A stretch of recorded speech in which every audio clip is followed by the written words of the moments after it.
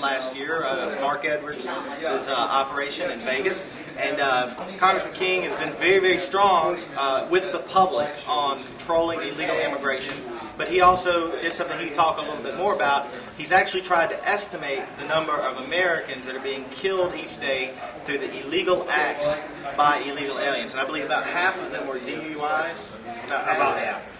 And let's just say that's 12 for a second. At 12 Americans killed per day, that's over 4,300 per year, which is more than the casualty count on September 11th and more than the combined troop losses of Iraq and Afghanistan. But this is a number that should be growing each year and repeats each year. And our hearts and our main priority goes out to those families that are getting the dreaded knock at the door, the ring on the phone, and they're picking up the phone, and basically they've lost their loved one. They've lost their loved one through the criminal act of another person, and in most of these cases they're finding out that their loved one is gone because the government on the local and federal level failed in its most basic responsibilities to enforce the law. But Congressman Stephen King, on behalf of everybody home, I just can't thank you enough for what you do. Tell us about your presence here today and what you're talking to people about and what you'd like the people back home to know. Well, I stopped in here. There's a whole array of subject matter when it comes to immigration. It's one of the most complicated issues this country's ever seen. It's a destiny issue. If we get this wrong, there is no do-over. There is no putting the toothpaste back in the tube. So it's important that the American people rise up and understand this. We have a national debate, and patriotic Americans come forward to defend the rule of law. That's part of what's at stake here. The middle class is another piece that's at stake. And I would reference the Robert Rector study of the Heritage Foundation. He has done an analysis of households headed by high school dropouts, of which most immigrants are, especially illegal immigrants, are high school dropouts. Those dropouts heading a household will cost the American taxpayer an average of $22,449 a year. And for the duration of that household, that's $1.1 million is the cost. So we are, every time someone comes across that border who is a high school dropout, they hit a household, the price of the American taxpayers is $1.1 million. It's destroying the middle class in America. And the very foundation for this constitutional republic is an ever-broadening, ever more prosperous middle class. We're facing crime unprecedented.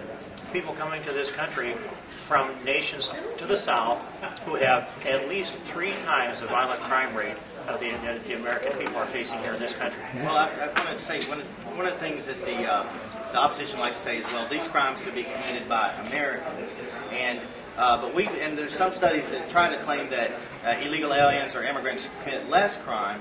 But it defies common sense, doesn't it? These are people who intentionally bypass the criminal background checks to enter the country. So it makes sense, especially with Mexico encouraging their prison or their criminal population to move north. And they illustrate a criminal propensity to enter the country illegally and identity theft. So it would make sense that we would have higher crime levels in the illegal alien population. Let me just say, it's just simply not true that immigrants commit fewer crimes percentage-wise than American citizens do. There are immigrants who are on the line, essentially on probation, that are working towards citizenship. Legal immigrants who commit statistically marginally less crime because they know they're on probation. Illegal immigrants commit a lot more crime per capita. The violent crime rate in the United States is 4.28 violent deaths per 100,000. In Mexico, it's 13.2. Wow. In Honduras, it's 9 times that. In El Salvador, they won't let you know what the records are. And in Colombia, it's 15.4 times the violent crime rate as we have in the United States. And so what else could you expect but more crime rather than less crime coming from that population demographic? Plus, young men bring with them society's pathologies, and of course that increases the odds that there'll be violent criminals. And $65 billion worth of illegal drugs comes across that Mexican border every year to the streets of America. That also filters criminals coming into the United States. That's why we have to say goodbye to so many Americans who have been victims of this kind of crime. And when you look at the loss that we've had in the Middle East, in Iraq, for example, and realize that the total of those killed in Iraq pales in comparison to those American citizens that die at the hands of those who make it across the desert, that is a prime responsibility that I have to protect the American people. Representative King, excellent groups like Mr. Gheen's Alley Pack and, of course, FAIR have brought Americans from all over the country together in D.C. this week to lobby their congressman. Do you think this is an important and valuable thing? What would you say to those Americans? Is what they're doing important and valuable?